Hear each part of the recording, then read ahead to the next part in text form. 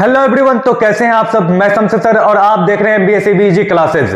यहाँ हम एसएसटी के सभी विषयों की तैयारी बिल्कुल आसान भाषा में कराते हैं और आज से हम शुरू कर रहे हैं क्लास 10 की हिस्ट्री यानी इतिहास।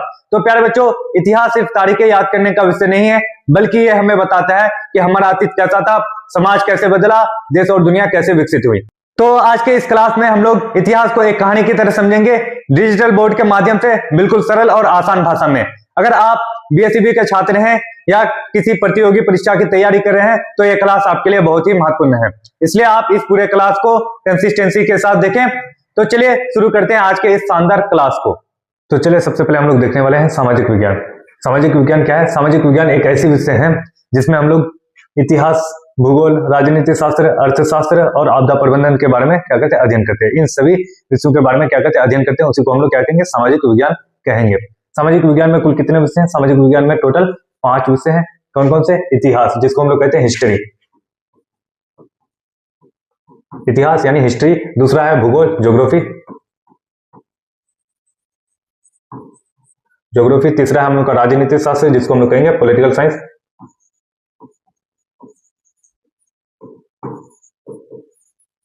Political science. चौथा है अर्थशास्त्र, जिसको हम लोग कहेंगे इकोनॉमिक्स। इकोनॉमिक्स। चौथा है हम लोग का पांचवा है आपदा प्रबंधन, जिसको हम लोग कहेंगे डिजास्टर मैनेजमेंट।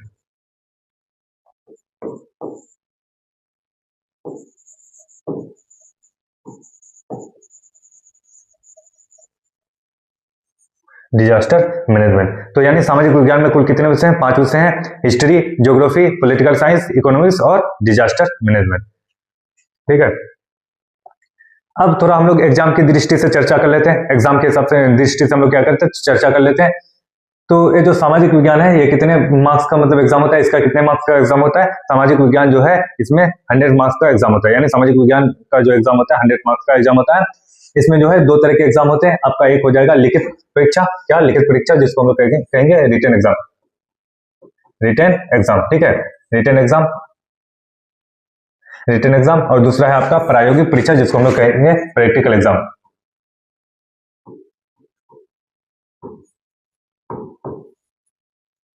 प्रैक्टिकल एग्जाम, ठीक है। यानी जो सामाजिक विज्ञान का है 2 तरह का एग्जाम होगा। एक हो जाएगा आपका रिटन एग्जाम, लिखित परीक्षा। दूसरा हो जाएगा प्रायोगिक परीक्षा यानी प्रैक्टिकल एग्जाम। तो जो लिखित एग्जाम होगा वो आपका 80 अंक का होगा और जो प्रैक्टिकल एग्जाम होगा वो भी आपका 20 अंक का होगा। वो कितना? 20 अंक का होगा। तो ये जो प्रैक्टिकल एग्जाम होगा, प्रायोगिक परीक्षा होगा, ये आपका स्कूल में होगा, सरकारी स्कूल में, जहां पर आपका एडमिशन है। और ये जो आपका होंगे, यहाँ आपको 20 नंबर जो प्राप्त होंगे वो आपको अपने स्कूल से प्राप्त होंगे। ठीक है, अब यहाँ देख लेते हैं हम लोग कि सामाजिक विज्ञान में कुल कितने विषय हैं? 5 विषय हैं। तो पांचों विषय में से किस से कितने नंबर के प्रश्न पूछे जाएंगे, यानी कौन से विषय से कितने नंबर के प्रश्न पूछे जाएंगे, उसको हम लोग देखते हैं। तो यहाँ इतिहास दिया गया, इतिहास यानी हिस्ट्री। हिस्ट्री से आपको 20 मार्क्स के प्रश्न पूछे जाएंगे। भूगोल से आपको 20 मार्क्स के प्रश्न पूछे जाएंगे। राजनीति शास्त्र से आपको 17 मार्क्स के प्रश्न पूछे जाएंगे। अर्थशास्त्र से आपको 17 मार्क्स के प्रश्न पूछे जाएंगे। आपदा प्रबंधन से आपको 6 मार्क्स के प्रश्न पूछे जाएंगे। ठीक है, यानी हम लोग देखें तो हिस्ट्री से कितने? 20 मार्क्स, ज्योग्राफी से 20 मार्क्स, पॉलिटिकल साइंस से 70 मार्क्स और इकोनॉमिक्स से 70 मार्क्स, डिजास्टर मैनेजमेंट से 6 मार्क्स के प्रश्न पूछे जाएंगे। यानी टोटल मिलाकर के कितने हो गए? 80 मार्क्स। यानी रिटन एग्जाम जो होंगे आपके 80 मार्क्स के होंगे। और इनमें से जो है इतिहास, भूगोल, राजनीति शास्त्र, अर्थशास्त्र और आपदा प्रबंधन से टोटल मिलाकर के 80 मार्क्स के प्रश्न पूछे जाएंगे आपको। ठीक है, अब देखते हैं जो आपका जो लिखित परीक्षा होगा उसमें जो है प्रश्न 2 तरह से प्रश्न रहेंगे। कितने तरह से प्रश्न रहेंगे? 2 तरह के प्रश्न रहेंगे। सबसे पहले जो होंगे वो आपका वस्तुनिष्ठ प्रश्न होगा। कैसा? वस्तुनिष्ठ प्रश्न होगा, जिसको हम लोग कहते हैं ऑब्जेक्टिव प्रश्न। क्या कहेंगे? ऑब्जेक्टिव प्रश्न। ऑब्जेक्टिव प्रश्न रहेंगे, ठीक है। और दूसरा आपका हो जाएगा क्या? विषयनिष्ठ प्रश्न, जिसको हम लोग कहेंगे सब्जेक्टिव प्रश्न। सब्जेक्टिव प्रश्न, ठीक है। यानी ऑब्जेक्टिव प्रश्न जो होंगे वो आपके 40 मार्क्स के होंगे और जो सब्जेक्टिव प्रश्न होंगे वो भी आपके कितने? 40 मार्क्स के होंगे। यानी दोनों को टोटल कर लिया जाए, जोड़ दिया जाए, ऐड कर दिया जाए तो 80 मार्क्स के होंगे। यानी आपको जो है 2 तरह से प्रश्न पूछे जाएंगे। एक हो जाएंगे ऑब्जेक्टिव प्रश्न और दूसरा हो जाएंगे सब्जेक्टिव प्रश्न। ऑब्जेक्टिव प्रश्न 80 मार्क्स के रहेंगे, 40 मार्क्स के रहेंगे और सब्जेक्टिव प्रश्न भी आपके 40 मार्क्स के रहेंगे। तो दोनों को अगर जोड़ा जाए तो 80 मार्क्स के हो जाएंगे। यानी आपका जो लिखित परीक्षा होगा वो 80 मार्क्स का होगा। ठीक है, चलते हैं। अब देखते हैं हम लोग यहाँ पर कि किस सब्जेक्ट से, किस विषय से कितने किस तरह से क्वेश्चन पूछे जाएंगे, कितने नंबर के कौन कौन से क्वेश्चन पूछे जाएंगे, उसके बारे में हम लोग देखते हैं यहाँ। तो यहाँ दिया गया इतिहास, इतिहास में जो है लघु उत्तरीय प्रश्न, कौन से लघु उत्तरीय प्रश्न आपको 6 पूछे जाएंगे, 6 में से आपको 3 प्रश्न का आंसर देना है। कितना, यानी इतिहास में जो लघु उत्तरीय प्रश्न पूछे जाएंगे वो 6 पूछे जाएंगे, 6 में से आपको 3 का जवाब देना है। और प्रत्येक प्रश्न जो होंगे आपके 2 अंक के होंगे। कितने, 2 अंक के होंगे। तो आपका जो है यहाँ से आपको 6 अंक प्राप्त होंगे। और दीर्घ उत्तरीय प्रश्न देखते हैं, तो दीर्घ उत्तरीय प्रश्न 2 पूछे जाएंगे, 2 में से आपको 1 का जवाब देना है। और प्रत्येक प्रश्न आपके 4 अंक के होंगे। कितने, 4 अंक के होंगे। तो यहाँ से आपको 4 अंक प्राप्त होगा। यानी इतिहास में जो देखा जाए सब्जेक्टिव प्रश्न, सब्जेक्टिव में कितने अंक के प्रश्न पूछे जाएंगे, यानी 10 अंक, यानी 10 अंक के प्रश्न पूछे जाएंगे। ठीक है। और वस्तुनिष्ठ प्रश्न देखते हैं, वस्तुनिष्ठ प्रश्न जो है आपको 20 पूछे जाएंगे। कितने, 20 पूछे जाएंगे। और प्रत्येक प्रश्न जो है 1 अंक के होंगे। प्रत्येक प्रश्न कितने, 1 अंक के होंगे। और टोटल कितने होंगे, 20 अंक के। कितने, 20 अंक के होंगे। तो यहाँ जो है आपको इतिहास में सब्जेक्टिव में जो है आपको जितना पूछा गया है उतना का ही जवाब देना है, उससे ज्यादा का जवाब नहीं देना है। यहाँ अगर 6 पूछा है, 6 में से आपको 3 का जवाब देने के लिए बोला है, तो 3 का ही जवाब देना है। उससे ज्यादा दीजिएगा तो आपका नुकसान है, आपका समय बर्बाद होगा। क्योंकि जो एग्जामिनर है वो सिर्फ 3 ही प्रश्न का मतलब उत्तर चेक करेंगे, उससे ज्यादा का नहीं चेक करेंगे। ठीक है। और ऑब्जेक्टिव में ऐसा नहीं है। ऑब्जेक्टिव में क्या है कि ऑब्जेक्टिव में जितना पूछा गया है, यानी 20 अगर ऑब्जेक्टिव दिया गया है, 20 में से ये नहीं कि आपको 10 बनाना है, 10 छोड़ देना है, नहीं, 20 में से आप 20 का जवाब दे सकते हैं। ऑब्जेक्टिव में ऐसा है सुविधा, लेकिन सब्जेक्टिव में ऐसा नहीं है। ठीक है, इसलिए ध्यान रखिएगा इस चीज का। अब आते हैं भूगोल में। भूगोल में क्या है, लघु उत्तरीय प्रश्न आपके 6 पूछे जाएंगे, 6 में से आपको 3 का जवाब देना है। और प्रत्येक प्रश्न कितने, 2 अंक के रहेंगे, इसलिए आपको यहाँ से कितना, 6 अंक प्राप्त होगा। दीर्घ उत्तरीय प्रश्न देखते हैं, तो दीर्घ उत्तरीय प्रश्न में आपको 2 पूछे जाएंगे, 2 में से आपको 1 का जवाब देना है। और प्रत्येक प्रश्न कितने, 4 अंक के होंगे, इसलिए यहाँ से आपको कितने, 4 अंक प्राप्त होंगे। यानी एक प्रश्न का जवाब देना है जो 4 अंक का होगा, तो उसमें से आपको 4 अंक प्राप्त होंगे।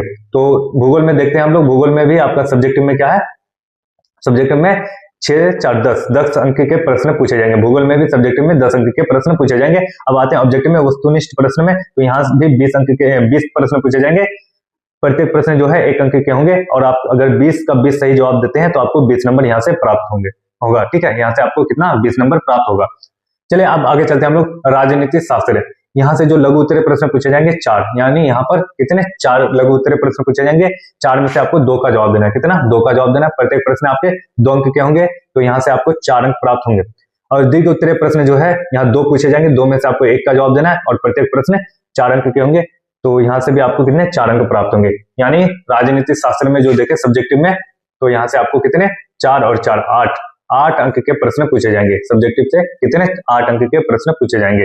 अब वस्तुनिष्ठ प्रश्न में देखते हैं, यहाँ 18 यानी 18 प्रश्न पूछे जाएंगे। प्रत्येक प्रश्न कितने, 1 अंक के होंगे। तो यहाँ अगर आप सही जवाब देते हैं 18 का 18, तो आपको यहाँ 18 नंबर मिलेंगे, यानी 18 अंक प्राप्त होंगे। ठीक है। लेकिन यहाँ क्या है कि आप 18 का 18 दे सकते हैं ऑब्जेक्टिव में, लेकिन सब्जेक्टिव में ऐसा नहीं कर सकते हैं। सब्जेक्टिव में क्या करना होगा आपको कि जितने प्रश्न पूछे गए हैं और जितने का जवाब देने के लिए बोला गया है उतना का ही देना है। उससे ज्यादा दीजिएगा तो फिर दिक्कत है आपका। चलिए अब अर्थशास्त्र में देख लेते हैं। अर्थशास्त्र में क्या है, लघु उत्तरीय प्रश्न जो है आपको 4 पूछे गए। कितने, 4 पूछे जाएंगे। 4 में से 2 का जवाब देना है। और प्रत्येक प्रश्न कितने अंक के होंगे, 2 अंक के होंगे, इसलिए यहाँ से आपको 4 अंक प्राप्त होंगे। दीर्घ उत्तरीय प्रश्न में देखते हैं, दीर्घ उत्तरीय प्रश्न 2 पूछे जाएंगे, 2 में से आपको 1 का जवाब देना है। प्रत्येक प्रश्न कितने, 4 अंक के होंगे। प्रत्येक प्रश्न कितने अंक के होंगे, 4 अंक के होंगे, और यहाँ से आपको 4 अंक प्राप्त होंगे। ठीक है। अब ऑब्जेक्टिव प्रश्न में देख लेते हैं। ऑब्जेक्टिव प्रश्न यहाँ से कितने आएंगे, 18 कितने, 18 आएंगे। प्रत्येक प्रश्न कितने अंक के होंगे, तो 1 अंक के होंगे। और यहाँ अगर सही जवाब देते हैं सबका, तो 18 अंक आपको यहाँ से प्राप्त होंगे। आपदा प्रबंधन में हम लोग देख लेते हैं। आपदा प्रबंधन में क्या है, लघु उत्तरीय प्रश्न कितने, 4 पूछे जाएंगे। 4 में से आपको 2 का जवाब देना है। और प्रत्येक प्रश्न कितने अंक का होगा, 4 अंक का होगा, तो यहाँ से आपको 4 अंक प्राप्त होंगे। ठीक है। और वस्तुनिष्ठ प्रश्न जिसको हम लोग ऑब्जेक्टिव प्रश्न कहते हैं, 4 पूछे जाएंगे। 4 में से आपको 4 में से जितना आपको आता है उतना का जवाब दे सकते हैं। और प्रत्येक प्रश्न कितने, 1 अंक के होंगे। ठीक है। तो देखिए कुल मिलाकर के ये कहा गया है कि आपको 40 मार्क्स जो रहेंगे, यानी 40 मार्क्स जो है वो सब्जेक्टिव में रहेंगे और 40 मार्क्स आपका ऑब्जेक्टिव में रहेंगे। तो सब्जेक्टिव में जितना पूछा गया उतना का जवाब देना है। और ऑब्जेक्टिव में आपको सारे के सारे ऑब्जेक्टिव में से सिर्फ 40 तो बनाना है, जिसमें आपको पूरी तरह से कॉन्फिडेंस हो, पूरा पक्का पता हो जिसका आंसर, उसी को आपको टिक लगाना है। ठीक है। आगे देखते हैं। तो आज हम लोग पढ़ने वाले हैं किसके बारे में, इतिहास के बारे में। किसके बारे में आज हम लोग पढ़ने वाले हैं, इतिहास के बारे में। इतिहास क्या है, इतिहास में हम लोग कौन कौन सी चीज पढ़ेंगे, ये सारी चीजों के बारे में हम लोग पढ़ने वाले हैं। ठीक है। तो चलते हैं हम लोग इतिहास। अब इतिहास में हम लोग देख लेते हैं कि इतिहास जो है 3 वर्ड से मिलकर के बना है। कितने? 3 वर्ड से मिलकर के बना है। सबसे पहला वर्ड है इति, दूसरा है ह और तीसरा है आस। तो इति प्लस ह प्लस आस, ये 3 वर्ड से मिलकर के क्या बना है? इतिहास बना है। और इन तीनों वर्ड का मीनिंग अलग अलग है। इति का मतलब हम लोग कह सकते हैं ऐसा, हो का मतलब कह सकते हैं हम लोग हुआ, और आस का मतलब हम लोग कह सकते हैं था। ऐसा हुआ था। देखो, अगर इतिहास का शाब्दिक अर्थ बोला जाए कि इतिहास का शाब्दिक अर्थ क्या होता है, तो हम लोग कह सकते हैं कि ऐसा हुआ था। शाब्दिक अर्थ, इतिहास का शाब्दिक अर्थ क्या हो जाएगा? कि ऐसा हुआ था, यानी आज से पहले, यानी पुराने जमाने में कोई घटना घटा था या ऐसा हुआ था, कह सकते हैं हम लोग। ठीक है, अब इसके बारे में हम लोग थोड़ा विस्तार से जानने की कोशिश करते हैं। तो देखो, सबसे पहले हम लोग ये देख लेते हैं इतिहास का जनक किसे कहा जाता है। इतिहास का जनक किसे कहा जाता है? जनक मतलब होता है फादर। जनक मतलब हो गया फादर। ठीक है, तो फादर यहां हम लोग इसको क्या कहेंगे? फादर। फादर मतलब हुआ कि पैदा करने वाला। तो यहाँ पैदा तो नहीं, यानी किसी बुक को कोई पैदा करते नहीं, लेकिन क्या है कि इतिहास के बारे में सबसे ज्यादा, इतिहास में जो सबसे ज्यादा अहम भूमिका था, किनका था? वो हेरोडोटस का था। इसलिए हेरोडोटस को क्या कहा जाता है? इतिहास का जनक कहा जाता है। ठीक है, इतिहास में सबसे ज्यादा अहम भूमिका किनका था? हेरोडोटस का था। इसलिए हेरोडोटस को इतिहास का क्या कहा जाता है? जनक कहा जाता है। लिखी थी हेरोडोटस ने एक पुस्तक लिखी थी जिसका नाम क्या है? हिस्टोरिका। हेरोडोटस ने क्या एक पुस्तक लिखी थी जिसका नाम है हिस्टोरिका। ठीक है, तो यहां से सवाल 2 बनेगा कि एक हिस्टोरी का किसने लिखी थी? तो हेरोडोटस ने। और इसका हिस्ट्री का जनक किसे कहा जाता है? तो हेरोडोटस को कहा जाता है। हेरोडोटस ने एक पुस्तक लिखी थी जिसका नाम क्या है? हिस्टोरिका है। 3 सवाल बन गया। ठीक है, चलिए आगे चलते हैं। अब देखो, हिस्ट्री को हम लोग अगर पढ़ेंगे, हिस्ट्री को पढ़ेंगे तो उसके बारे में पूरी तरह से हम लोग को जानकारी लेना है। क्या? पूरी तरह से हम लोग को पता होना चाहिए, पूरी तरह से जानकारी लेना चाहिए। तो हिस्ट्री के बारे में पूरी तरह से हम लोग को जानकारी लेने के लिए 3 प्रश्न पूछेंगे। कितने? 3 प्रश्न पूछेंगे। सबसे पहला प्रश्न होगा, सबसे पहला प्रश्न हो जाएगा कि इतिहास क्या है? इतिहास क्या है? दूसरा प्रश्न हो जाएगा इतिहास में क्या पढ़ेंगे? इतिहास में क्या पढ़ेंगे? ठीक है, इतिहास में क्या पढ़ेंगे? तीसरा सवाल है हम लोग का, इतिहास क्यों पढ़ेंगे? इतिहास क्यों पढ़ेंगे? ठीक है, इतिहास क्यों पढ़ेंगे? यानी 3 सवाल करेंगे। सबसे पहले हम लोग क्या करेंगे, कोई भी सब्जेक्ट आए सामने में तो उससे संबंधित 3 सवाल करेंगे कि वो सब्जेक्ट है क्या, उसमें क्या पढ़ेंगे और उसको पढ़ना क्यों जरूरी है। ये 3 सवाल पूछेंगे। ठीक है, अब इन 3 सवाल का हम लोग जवाब ढूंढते हैं क्या है। तो देखते हैं, सबसे पहले इतिहास क्या है? इतिहास क्या है, इसके बारे में हम लोग जानते हैं। तो यहाँ ऑप्शन आपका जो दिया गया है, परिभाषा दिया गया, पुराने समय की सच्ची घटनाओं की कहानी को इतिहास कहते हैं। क्या करें कि पुराने जमाने की जो सच्ची घटना है उसकी कहानी को हम लोग क्या कहेंगे? इतिहास कहेंगे। यानी पुराने जमाने में, बीते हुए समय में, जो पुराना समय था, उस वक्त जो भी घटनाएं घटी है, और वो कैसी घटनाएं होनी चाहिए? एक सच्ची घटना होनी चाहिए, यानी जिसका कोई सबूत हो, जिसका कोई दस्तावेज हो, इस तरह की घटनाएं होनी चाहिए। तो उस ऐसी घटनाओं की जो कहानी है उसको हम लोग क्या कहेंगे? इतिहास कहेंगे। जैसे कि भारत में क्या हुआ था? एक जालियांवाला हत्याकांड हुआ था, जालियांवाला बाग हत्याकांड हुआ था। इसका प्रूफ है, दस्तावेज है। तो ये जो घटना मतलब घटी थी, तो इसका कोई प्रूफ है, सबूत है, दस्तावेज है, इसलिए इसको हम लोग क्या कहेंगे? इतिहास कहेंगे। दूसरा क्या था? चौरा चोरी हत्याकांड, इसका भी सबूत है, इसका भी प्रूफ है, दस्तावेज है। तो ये भी क्या है? एक हिस्ट्री है, इतिहास है। ठीक है, अगर कोई आकर के बोल दे कि मेरे पिताजी हवा में उड़ते थे, आसमान में उड़ते थे, ठीक है, लेकिन अगर इसका कोई, अगर वो सबूत दे रहा है, कोई दस्तावेज दे रहा है, तो उसका क्या हो जाएगा? वो हिस्ट्री कहलाएगा, सही माने में माना जाएगा और हिस्ट्री कहलाएगा। लेकिन अगर उसका वो कोई सबूत नहीं दे पाएंगे तो वो हिस्ट्री नहीं कहलाएगा। ठीक है, तो एक सच्ची घटना होनी चाहिए। कैसी घटना होनी चाहिए? बीते हुए समय की कोई सच्ची घटना होनी चाहिए, तभी उसी को क्या माना जाएगा? इतिहास माना जाएगा, हिस्ट्री माना जाएगा, नहीं तो नहीं माना जाएगा। ठीक है, यानी इतिहास क्या है हम लोग समझ गए, यानी बीते हुए समय की कोई सच्ची घटना होनी चाहिए और उसकी जो कहानी है उसी को हम लोग क्या कहेंगे? इतिहास कहेंगे।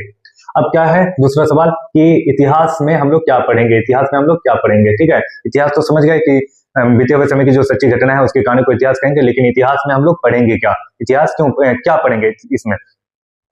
तो इसमें हम लोग मानव समाज के सभी पहलुओं, जैसे राजनीतिक, सामाजिक, आर्थिक, सांस्कृतिक और बौद्धिक इतिहास का अध्ययन करेंगे। ठीक है, क्या करें कि मानव समाज के जितने भी पहलू है, जैसे राजनीतिक, सामाजिक, आर्थिक, बौद्धिक और सांस्कृतिक, ये जो जितने भी पहलू है, इसके बारे में हम लोग इसमें अध्ययन करेंगे। जैसे सामाजिक बोले तो पहले जमाने के लोग किस तरह से के समाज में रहते थे, उन लोग का समाज किस तरह से व्यवस्थित था, इस चीज के बारे में अध्ययन करेंगे। राजनीतिक बोले तो पहले जमाने के लोग किस तरह से राजनीति करते थे, उन लोग का राजनीतिक किस तरह से हुआ करता था, इसके बारे में अध्ययन करेंगे। सांस्कृतिक बोले तो वहां के रहन सहन, पहले जमाने के लोगों का रहन सहन, बोलचाल, खान पान, ओढ़ना पहनना, ये सारी चीजें किस तरह की थी, तो उसके बारे में हम लोग क्या करेंगे? अध्ययन करेंगे, चर्चा करेंगे। बौद्धिक बोले तो बुद्धि से संबंधित, यानी पहले जमाने के लोग किस तरह का सोच विचार, उन लोग का सोच विचार किस तरह का था, यानी वो लोग नए नए मतलब जो खोजे करते थे, किस तरह से नई नई चीजों का किस तरह से आविष्कार करते थे, इस चीज के बारे में हम लोग पढ़ेंगे, ठीक है, अध्ययन करेंगे, किसमें, हिस्ट्री में, इतिहास में, ठीक है। चलिए तीसरा सवाल है हम लोग का, इतिहास क्यों पढ़ेंगे। तीसरा सवाल हम लोग का क्या है, इतिहास हम लोग क्यों पढ़ेंगे।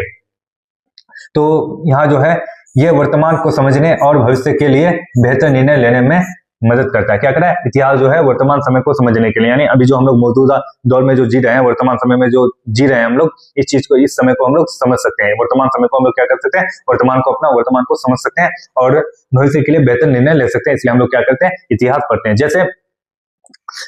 जैसे क्या कि वर्ल्ड वॉर 2 हुआ था, उस समय क्या हुआ था कि चारों तरफ मतलब विनाश ही विनाश हो रहा था। क्या हो रहा था, विनाश ही विनाश हो रहा था, यानी चारों तरफ क्या जितने भी लोग थे उन लोगों का जान माल सब चीज का मतलब क्या हो गया था, नुकसान हो रहा था।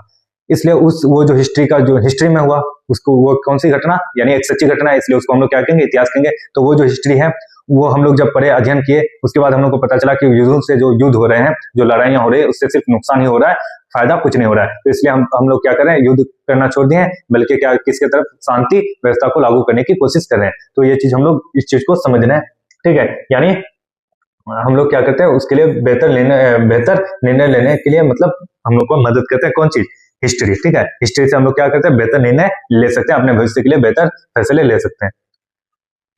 चलिए आगे चलते हैं। अब देखते हैं हम लोग हिस्ट्री पढ़ेंगे, क्या पढ़ेंगे, हिस्ट्री पढ़ेंगे। तो हिस्ट्री में टोटल कितने चैप्टर हैं, 8 चैप्टर हैं। टोटल कितने चैप्टर हैं, 8 चैप्टर हैं। पहला है आपका यूरोप में राष्ट्रवाद, दूसरा है समाजवाद एवं साम्यवाद, तीसरा है हिंद चीन में राष्ट्रवादी आंदोलन, चौथा है भारत में राष्ट्रवाद, पांचवा है अर्थव्यवस्था और आजीविका, छठा है आपका शहरीकरण एवं शहरी जीवन, सातवां है आपका व्यापार एवं भूमंडलीकरण, आठवां है आपका प्रेस संस्कृति एवं राष्ट्रवाद, ठीक है। ये जो है हिस्ट्री के 8 चैप्टर हुए। इसमें जो है सबसे पहले हम लोग यूरोप में राष्ट्रवाद के बारे में पढ़ेंगे। क्या पढ़ेंगे, यूरोप में राष्ट्रवाद के बारे में हम लोग पढ़ेंगे।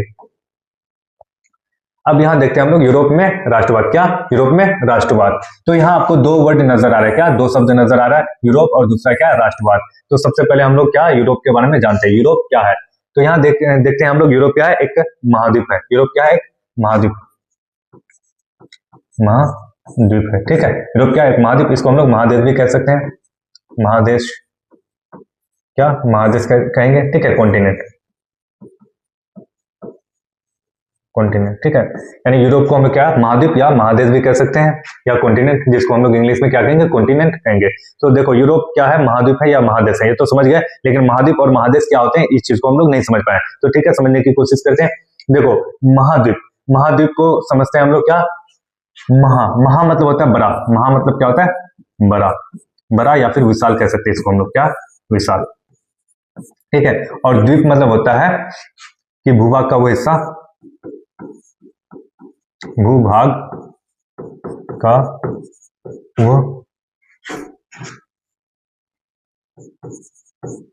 वो हिस्सा, भूभाग का वो हिस्सा जो चारों तरफ से जल से घिरा हुआ हो, ठीक है। यानी हम लोग यहाँ पर क्या कहेंगे कि द्वीप किसको कहेंगे, भूभाग का वो हिस्सा जो चारों तरफ से जल से घिरा हुआ, भूभाग का वो हिस्सा जो चारों तरफ से जल से घिरा हुआ, उसको हम लोग क्या कहेंगे, द्वीप कहेंगे, ठीक है। उसको हम लोग द्वीप कहते हैं।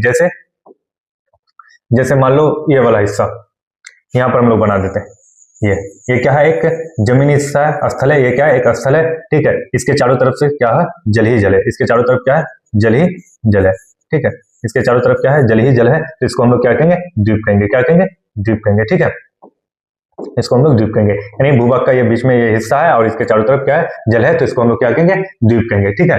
तो क्या कह रहा है, भूभाग का वो हिस्सा जो चारों तरफ से जल से घिरा हो, उसको द्वीप कहेंगे। लेकिन यहाँ पर क्या कह रहा है कि महाद्वीप किसे कहते हैं, तो महाद्वीप के लिए यहाँ पर बड़ा या विशाल लग जाएगा। तो भूभाग का वो हिस्सा जो भूभाग का वो बड़ा हिस्सा, भूभाग का वो बड़ा हिस्सा या वो विशाल हिस्सा, चाहे तो बड़ा हिस्सा बोलो या विशाल हिस्सा बोलो, तो भूभाग का वो बड़ा हिस्सा जो चारों तरफ से जल से घिरा हुआ, उसको हम लोग क्या कहेंगे, महाद्वीप कहेंगे। जैसे यहाँ पर देख सकते हैं हम लोग,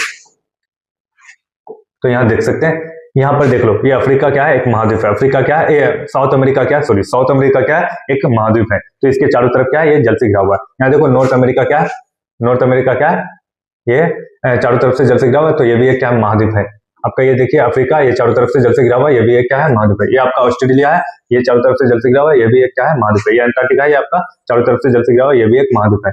यहाँ एशिया देख सकते हैं, ये भी चारों तरफ से जल से घिरा हुआ है, ये भी एक क्या है महाद्वीप है। यूरोप भी देख सकते हैं आप, चारों तरफ से जल से घिरा हुआ है, ये भी एक क्या है महाद्वीप है। यहाँ पर देखो, यहाँ पर थोड़ा दिक्कत क्या है, ये रूस जो है, यहाँ पर क्या है रूस है।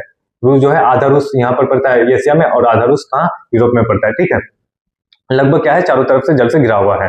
तो भूभाग का वो बड़ा हिस्सा जो चारों तरफ से जल से घिरा हुआ है उसको हम लोग क्या कहेंगे महाद्वीप कहेंगे, ठीक है।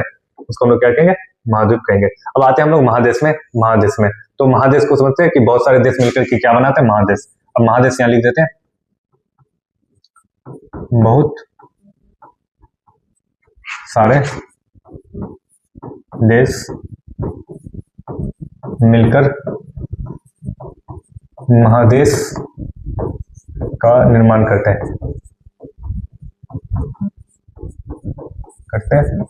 बहुत सारे देश मिलकर के क्या करते हैं महादेश का निर्माण करते हैं, ठीक है। तो ये भी हम लोग कह सकते हैं, या फिर एक इस तरह से हम लोग इसका डिफिनेशन दे सकते हैं। भूभाग का वो हिस्सा जिसमें बहुत सारे देश शामिल हो उसको हम लोग क्या कहेंगे महादेश कहेंगे। उसको हम लोग क्या कहेंगे महादेश कहेंगे। जैसे कि यहाँ आप देख पा रहे होंगे कि ये जो बाउंड्री है ना, ये क्या है बाउंड्री, ये तो अफ्रीका महाद्वीप है, अफ्रीका महाद्वीप है या फिर महादेश है, जिसमें बहुत सारे देश शामिल है। इसमें क्या है बहुत सारे देश शामिल है, ठीक है। ये बाउंड्री देख सकते हैं आप, इसमें बहुत सारे देश शामिल है, तो इसको हम लोग क्या कहेंगे महादेश कहेंगे, ठीक है। अगर देश के हिसाब से देखें तो ये महादेश हो गया और द्वीप के हिसाब से देखें तो ये महाद्वीप हो गया, ठीक है। चलिए यहाँ तो हम लोग देख लिया, सबको देख लिया कि हम लोग यूरोप के बारे में पढ़ने वाले हैं आज। और पूरी दुनिया में, हाँ ध्यान से सुनो, पूरी दुनिया में 7 महाद्वीप है। कितने? पूरी दुनिया में 7 महाद्वीप है। देख सकते हैं आप यहाँ Asia, Europe, Africa, north America, south America, Australia और अंटार्कटिका। टोटल कितने? 7 महाद्वीप हो गए। और महासागर कितने? 5 है, ठीक है। 5 महासागर है। चलिए